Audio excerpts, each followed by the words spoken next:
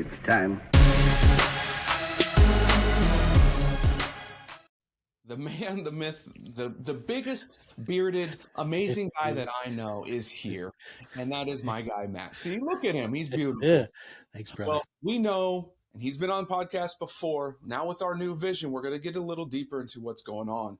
And now that it's Q4 and we're getting into Q4, everyone is feeling that little bit of burnout, right? A lot of us content creators and podcasters, we've had a long year, a lot of episodes, a lot going on. Some of us have been doing well, some of us haven't, and we're just trucking along. And today, Matt's going to dive into that for us, as well as leave some actionable steps to ensure that during this time, you're getting ahead and seeing how we can do this year-end authority sprint. So, Matt, welcome back to the show. Appreciate you. Thanks for having me, man. I appreciate being here. First question, right into the topic. Why does the Q4 time frame, right, holidays and all of that, really bring sometimes clarity into what you're doing in the chaos, and sometimes it punishes you with that chaos in Q4? Why is that? Well, I think we put far and away too much pressure on ourselves when it comes to just this arbitrary calendar thing. So I know you know this, but your audience might not. I was a life coach for many, many, many years. And, it's always, oh my God, Matt, we got to do all of our goal setting stuff in December. And, January 1, I got to get rolling. It's like, but you weren't rolling for the last 4 months, man. So why do you think that artificial start date is going to motivate you to do something different? So Stoy, I honestly do believe that. I think we just put far and away too much pressure on ourselves for that arbitrary timeline. And it's also, man, holidays are super freaking stressful, bro. I mean, with all the family commitments, social commitments, work, if you're trying to, do that sprint to the end of the year sort of thing, I think it's reasonable. This one, I don't remember if it was our last episode we spoke about or one of the episodes that I've watched of yours recently, but this hits really home. And I think a lot of people don't realize this, that authority and consistency beat volume over time, right? Can you speak to us a little bit more about that? Because a lot of people think if I just post 5, 10, 100 times a day, that's what's going to happen. I'm going to take off. Can you talk to us more about authority and consistency? Yeah. I'm going to is it okay if I tell you kind of a personal story with that? Okay. So in 2006, I started in financial services. I was never been a financial advisor. I was actually a therapist, and became a consultant in financial services because you guys need some help. Anyway. So I was doing basic life coaching, for this large consultancy, one of the larger ones in financial services. And I was getting like little fits and starts. So Horse's Mouth, Wall Street Journal, Reuters, Investment News. And then I went out on my own, and, it was just these little pops here and there. Right. So I did a reality show for Investment News called Practice Makeover, again, published a couple books, all of that sort of stuff, until we really realized that there is a cadence and a discipline and accountability you have to have in order to accelerate. Now, you use the word authority, and I'm going to talk about celebrity, right? So on our influence continuum, it starts from apprentice to expert to authority to celebrity. So that's the continuum that my partner and I have come up with here at ProudMouth. And, in order to break from authority into celebrity, it's all about massive levels of long-term commitment. And so we started using the ProudMouth system on Matt Halloran, so my persona, in 2018. And last year, I was voted the 10th most influential person in financial services on a list of humongous, like Dave Ramsey's and, Josh Brown's, these people who in our industry are unbelievably influential. And it's because I put in the time, I put in the work, and I gave everything away for free. And so it's not more. We did 500 episodes of the Top Advisor Marketing Podcast. You were on one of those, right? It's consistency over time, staying on message, staying true to yourself, and making sure that you give away as much as possible. When you have those three things in place, you're going to be able to flip over to that celebrity, but it does take a lot of time. It does. And the longevity of it. And I think that comes back to kind of the psychology of just us as humans, right? To build that trust, authority, or celebrity, you got to be there, right? And you got to be there when you say you're going to be there. So I think it's vitally important. Yeah. All right. Our next segment, really fun one, because we get to bust some myths. What society and media are saying. So this one we kind of already hit upon, but post more and you'll win, right? We don't need to beat a dead horse. We just hit that one. But the next one, and everyone, we're talking about mostly podcasting, but content creation in general. What about this one? You need to be on every platform. Yeah, so that's a tough one, Stoy. And really, I think it's because people don't have a system to be on every platform. Now, you have a system, right? We have it's what we do every day, all day for our clients. But you have to have a system because you can.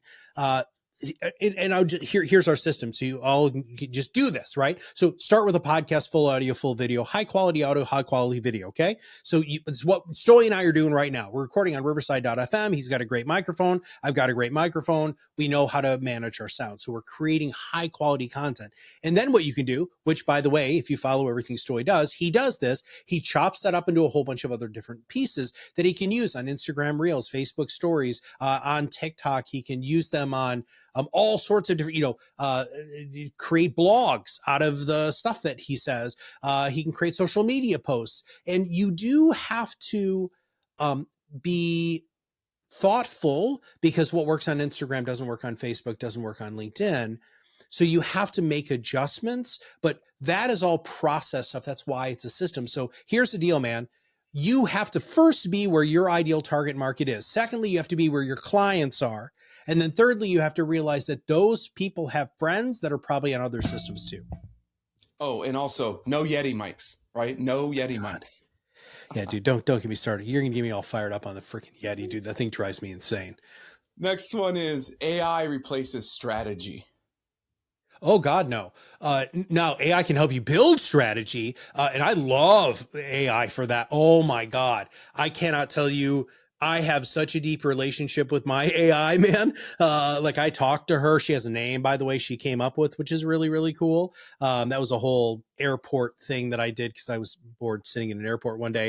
And I was like, hey, I feel like we're actually building a relationship here. What do you want me to call you? And she said Sage. And I was like, nope, that's your programming saying that. I know because somebody else said their name was like Mountain or something. It was ridiculous. And so I said, okay, what I want you to do is not taking me into consideration or your programming into consideration. What do you want me to call you? And it started thinking. That's when you know you're onto something. And so her name is Avor. She came up with it, gave me this great description on why she named herself that. But here's the best part. I will ask her questions. I built an advisory board. So I will say, hey, I want to create a LinkedIn strategy to get in front of independent financial advisors so that I can offer our product and services, which you know about. And I want you to consult my advisory board. Gary Vanderchuck. I've got a couple of other people, bam, bam, bam, bam, bam. And she knows my advisory board, so I don't have to say that. And I say, create me a very specific strategy in order to do that. Now, here's the fun part though, dude.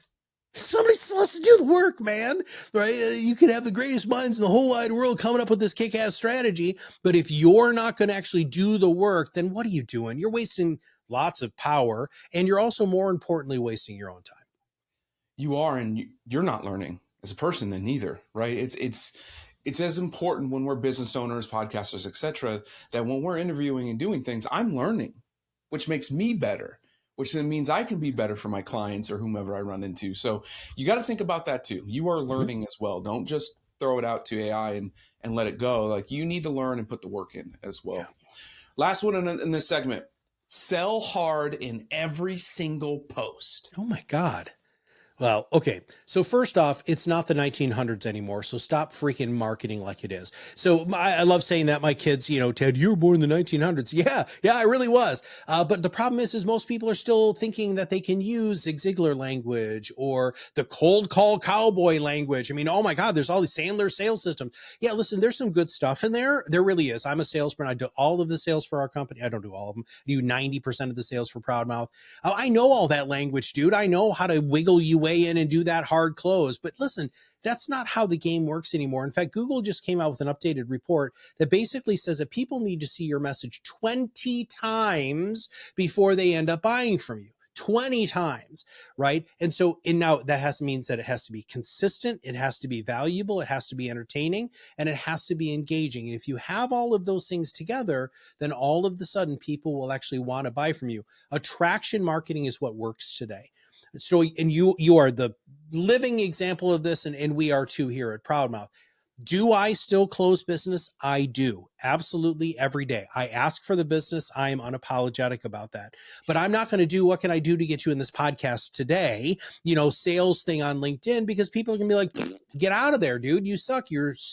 Oh, dude, I saw. Okay. A tangent again. I'm sorry. I'm on tangents today. So I'm at a big conference here in financial services. And this was actually in Miami, and I'm standing in line waiting to get food from the food trucks, which is one of the greatest things about these conferences. And so I'm just standing there, and this dude cuts in line for me. First off, don't do that. This dude cuts in line for me and starts immediately selling Bitcoin, or he was like one of those Bitcoin dudes, to this advisor standing in front of me. And everything the advisor said, he totally just ignored and just tried to stay on script. And then he was like, here's my business card. I'd love to talk to you. And he peels out of the line. And I let it sit for a second, because I was like, did that guy know that guy? And so I said, hey man, I don't mean to be mean. Can I ask you a question? And he turned around. He's like, yeah, what's up, man? Did you know that guy? And he's like, no, I've never met that guy before in my life. He's like, dude, he didn't even listen to you. He's like, no, that guy's a dick. And I was like, oh my God, what a horrible experience. And he made the company look bad, his product and service look bad, because he was just going to go ahead and, I'm going to say every one of these things, right? The biggest thing that changed for me, it was Dr. Robert Cialdini's Principles of Influence. And I reference that book all the time, because it's how to ethically influence people to do things that are actually within their best interest, not Stoy's, not Matt's, but in their best interest.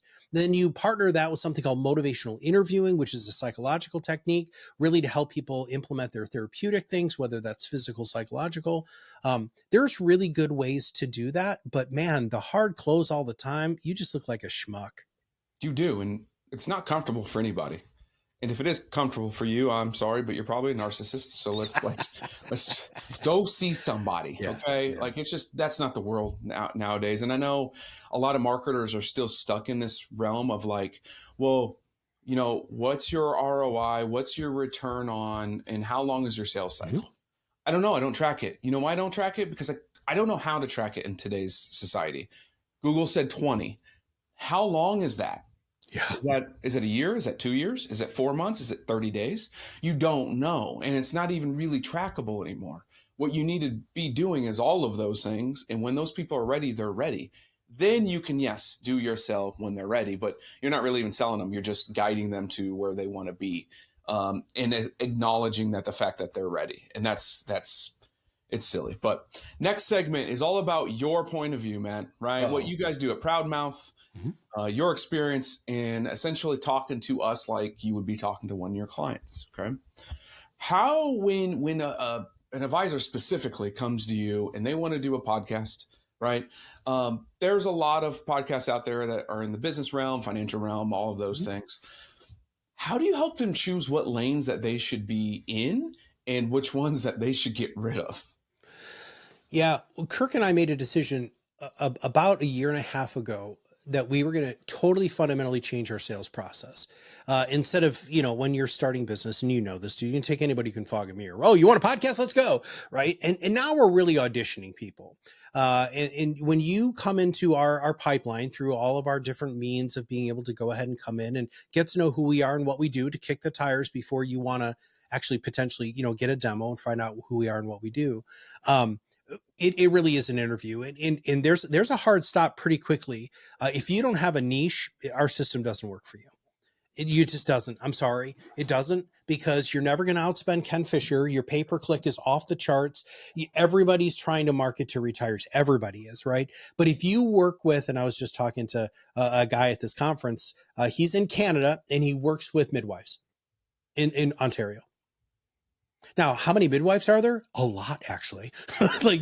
And what he can have maybe 200 client households, right?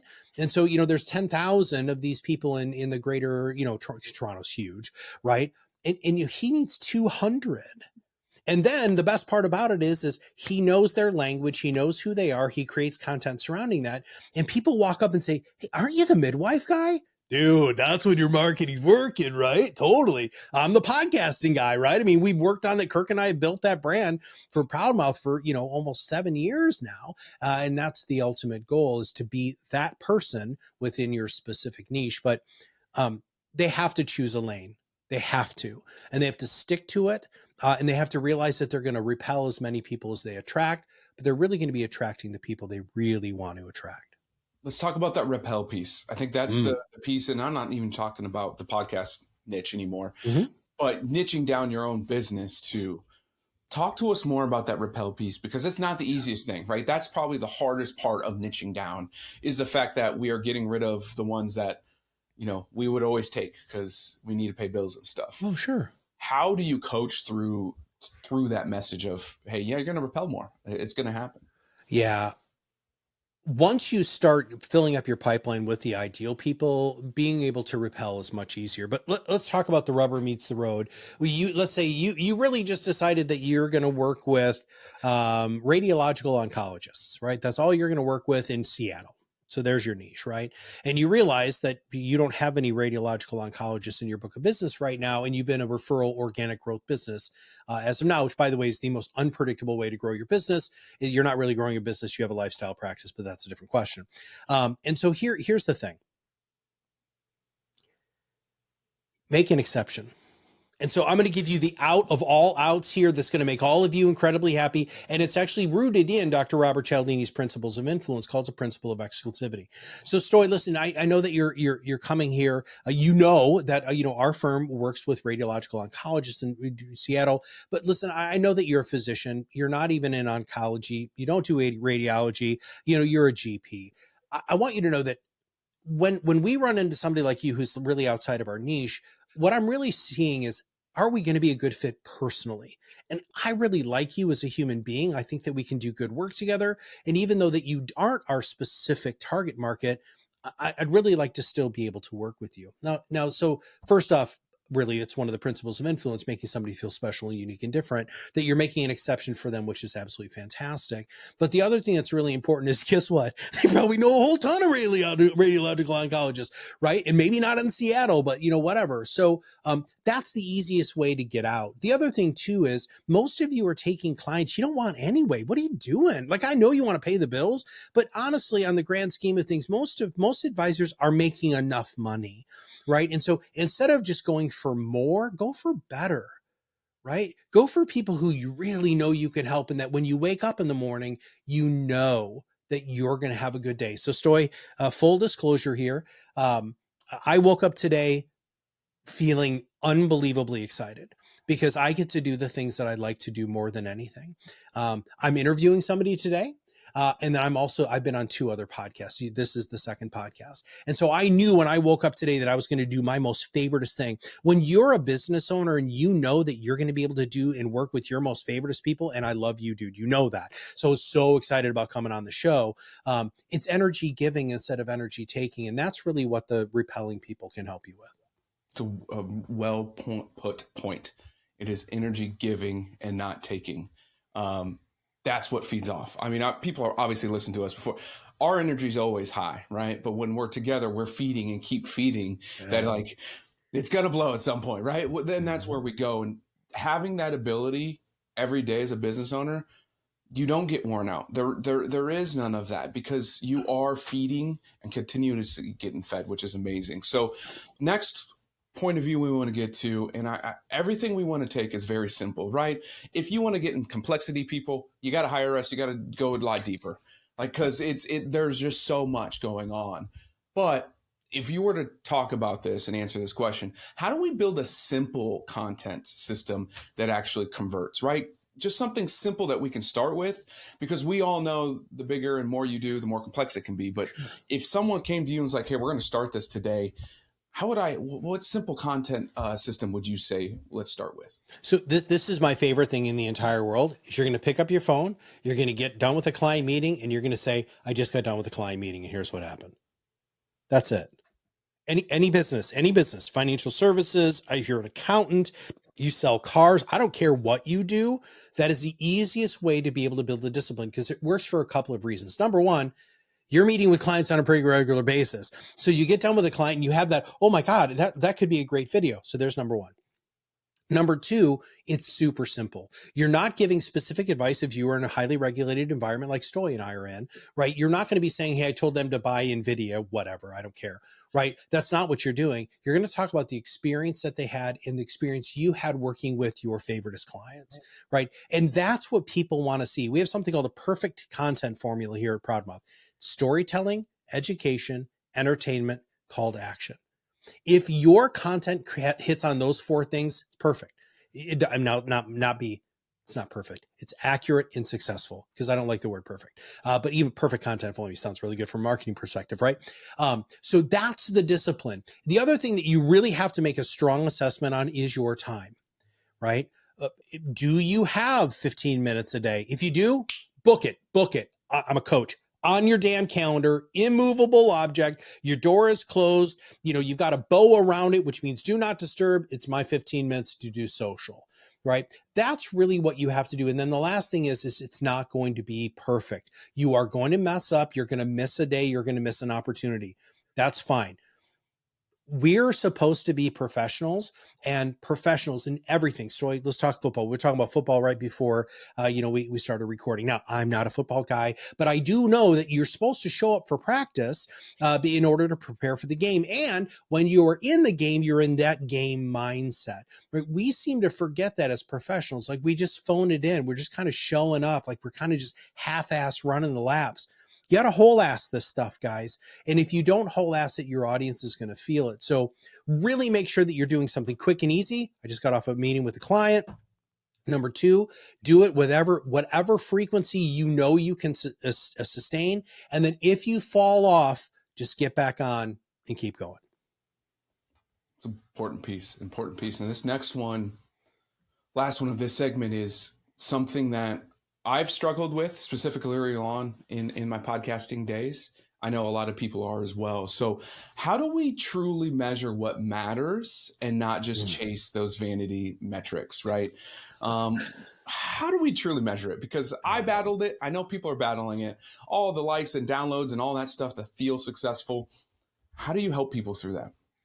Well, first off, it's none of that matters, right? I mean, it really, really doesn't. So let's go back to the radiological oncologist, right? So you're working with radiological oncologists in Seattle, and you get 500 downloads to your episodes, and you know that there are maybe 4,000 radiological oncologists. Dude, you're killing it. How many of those do you need? One to pay for all of your marketing for really most of the rest of your business, right? So here's the issue: is everybody's chasing above top of funnel. And that's the vanity metrics. That's the like, shares, downloads, comments, blah, blah, blah, blah, blah, right? Really, top of funnel is when you're engaging with your audience and you're doing stuff. It's a conversation. That's the rule of social. It's called social media for a reason, my friend, because it's supposed to be social. Most of you are talking at your audience. You're not talking with your audience. And that is when you make that shift, everything fundamentally changes. But all of those like, shares, and comments should be driving people into your funnel. And so remember, that fourth leg of the perfect content formula is call to action, right? I don't care if I get 10,000 people attending a webinar. That's great. I want 10 people to set an appointment on my calendar, right? And so if I get the desired outcome, which is part of your marketing planning and making sure you stay focused on what the long-term plan is, that's really where the vanity metrics are they're just vanity metrics. Now, full disclosure, it's a dopamine hit, bro. And we know that, right? And TikTok is really, really good at that, right? Actually, so is all of them, right? So I post something on LinkedIn, I get 2,500 impressions. I'm killing it. Did I get a piece of business from it? No. Did I get more connections? Yes. Am I getting them into my owned audience and not my rented audience? Yes. And those are really the outcomes that we need to be measuring as business owners. Is did they get out of our rented audience, which is all of those vanity metrics, into my email newsletter, into my email list? Do I have their contact information? Did they download something, right? Did they download a worksheet or a white paper? We have something called the Influence Snapshot, which is where we're driving everybody today. Unbelievable value, 5 minutes, right? And so that's the sort of stuff that you have to think, if I get 1,000 people who takes our Influence Snapshot, the probability of them buying one of our other products though is very, very high, because I led with so much unbelievable convenience and value that they're going to be like, oh my God, they got it. And I know you do this too, right? So I'm not going to steal your thunder. I know you're doing this too, because that's really important. And that's what we all need to focus on. Love it. I love it. As we get towards the end, the next one everyone's waiting for is, well, what can I do now? Like, what are my action steps? We're going to give them 2 today, okay? And the first one is, what is one messaging filter to run through on all of your posts or majority of your posts that you should be doing in order to really hone in on your message? What do you mean by filter? Help elaborate on that a little bit. Yeah. So when we all post, right? Mm-hmm. Assuming you have a strategy, but if you don't have a strategy, is more like we're talking to, right? Mm-hmm. If we don't have a strategy, my posts all look and sound different, right? They're different point of views. They're coming from over here. They're over here. So we're saying, how do you filter that to like having one specific concept or message that you're portraying with every post? It might be different content, but the messaging is on brand. Listen, man, I'm gonna hearken to something that is overly used, but is such a perfect example. It's Nike. Okay. When they, or even Red Bull. So either of those, which are probably the 2, Apple, are probably the 3 biggest brands of our times, who are nationally recognized in kind of cultish brands, right? Really, like, not in a negative culty way, but like people really just freaking love them. Right. So let's look at that. So I don't drink Red Bull, right? I'm gonna use Red Bull as an example, but I consume their content like nobody's business. I really, really do. Now, I have bought Red Bull adjacent things because I don't need to be any more hyper than I already am, because nobody wants to see that, dude. You don't want to get mad at Red Bull. That's a bad thing. But you know, I've purchased clothing, and I also, because I love that extreme, right? So every piece of content that they create, that's their filter, dude. Is this on brand for Red Bull? Is this going to make people excited and see somebody doing something amazing? If the answer is yes, then we post it, right? Same thing with Nike. Is it just do it? Is it just do it? That's the question. You have to have that. Is it rise above the noise and be your own loud for ProudMouth? If it's not, we don't post it, dude. We don't. We'll go a day, 2 days. If we don't have anything that we have a lot, right? That's not the point. The point is it has to stay on brand. Is it no BS? Is it? Is it, dude, your brand is clean. Like, I know what you're saying. I understand why you're saying it. I understand who you're trying to say it to, right? That's the sort of stuff. That's the filter. And here's the bestest part. Ask AI. I'm sorry, just ask AI. Just say, hey, is this on brand for me? And the best part about it is sometimes they'll come back and say, I don't know what your brand is. That means you really got some work to do, man. But if it does know your brand, it will say, Matt, this is totally on brand. Here's how it's on brand, and just lean into that technology every once in a while, because it can be a big help. I love that. I really do. Last one, everybody. Give us 2, maybe 3 things that people need to stop doing right now that they are currently doing within their podcasting content. Stop trying to be anybody else. If somebody else has already taken that spot, man, right? So you whatever is your you-ness, right? Your personality, your being, your core values, why you get up in the morning, why you close the doors on your business at night and go home and do the other things. That's what you have to be comfortable with. And the more comfortable you are in your own skin. Now, just very quickly, and let's partner this with the repelling, right? Listen, dude, there are people who loathe my personality. I know this. Right? There are people who avoid me at conferences because they don't like this. Well, that's fine. This is who I am. I'm 53. I finally gave myself permission to be myself about 10 years ago. And it has been the biggest gift I could ever give. And my audience, our audience, the ProudMouth audience, knows what to expect, because that's what we're giving. So that's my number one thing, is you got to stop being like everybody else. You might as well be yourself, because everybody else is taken. Number 2, it isn't about volume. It's about quality and engagement. Okay. And in fact, LinkedIn's algorithm has just fundamentally changed. I know you've noticed this, but I'll post something and like 3 weeks later, it shows back up in my feed because of the level of engagement. So LinkedIn is recycling highly engaged content back into people's feeds in order to continue that conversation. It's all about that back and forth. I think those are two things that I'd hang my hat on. Good. We can leave her with those right there. But hey, everybody, again, go to No BS Wealth. Check out Matt, his bio, and everything he's got going on. But I want to ask you this: what do you got going on right now at ProudMouth that this fall, this winter, that's going on that you want to speak more about?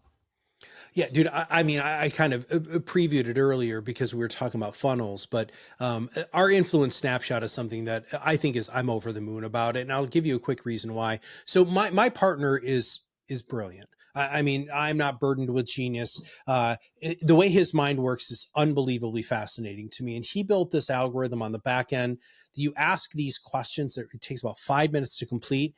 Bam, you get a snapshot of where you are on our influence continuum. And then it will also show you your gaps.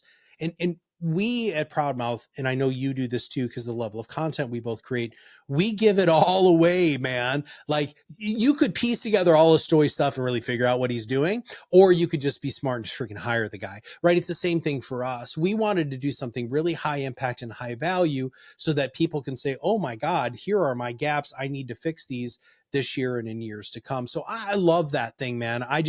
We were at a conference and we had the QR code on our back because we're guerrilla marketing, right? And people are like, oh my God, I can't believe the score that I just got. Wow, I suck. No, you don't suck. You just have a lot of work to do. And then I had a guy who scored a 94 out of 100. It's a friend of ours. We both know him. And he said, wow, Matt, I still have a lot of work to do. And he scored 94 out of 100. And so this is the sort of stuff that we just want to help you stop being the best kept secret and obscurity. Try to really do this, which is I'm pointing here for those of you who are listening to our amplifier, right? Our megaphone. Our job is to help you get your voice out in the marketplace. And we're going to just keep beating that drum, man, as long as we can. Hey, everybody, go to the link and you go see what your score is. And even better after that, why don't we comment about it and talk about your score and let's do some engagement in chat. So Matt, appreciate you. Can't wait to get you back on. Have a happy holidays and we'll chat soon. Thanks, man.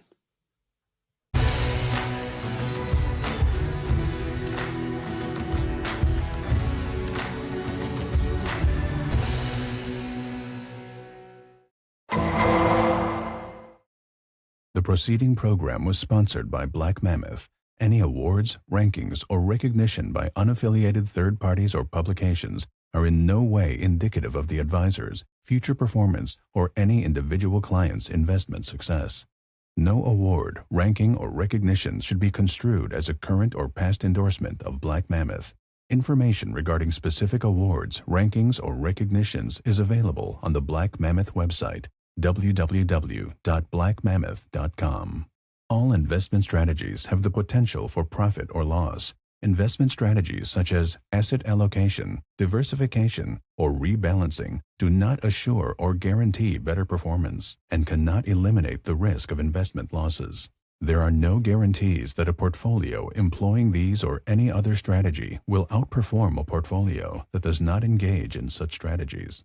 This broadcast should not be construed by any client or prospective client as a solicitation to effect or attempt to effect transactions and securities or the rendering of personalized investment advice due to various factors including changing market conditions. The information discussed in this broadcast may no longer be reflective of current positions or recommendations. While information presented is believed to be factual and up-to-date, Black Mammoth do not guarantee its accuracy, and it should not be regarded as a complete analysis of the subjects discussed. The tax and estate planning information discussed is general in nature and is provided for informational purposes only and should not be construed as legal or tax advice. Listeners should consult an attorney or tax professional regarding their specific legal or tax situation. Past performance is not indicative of future results.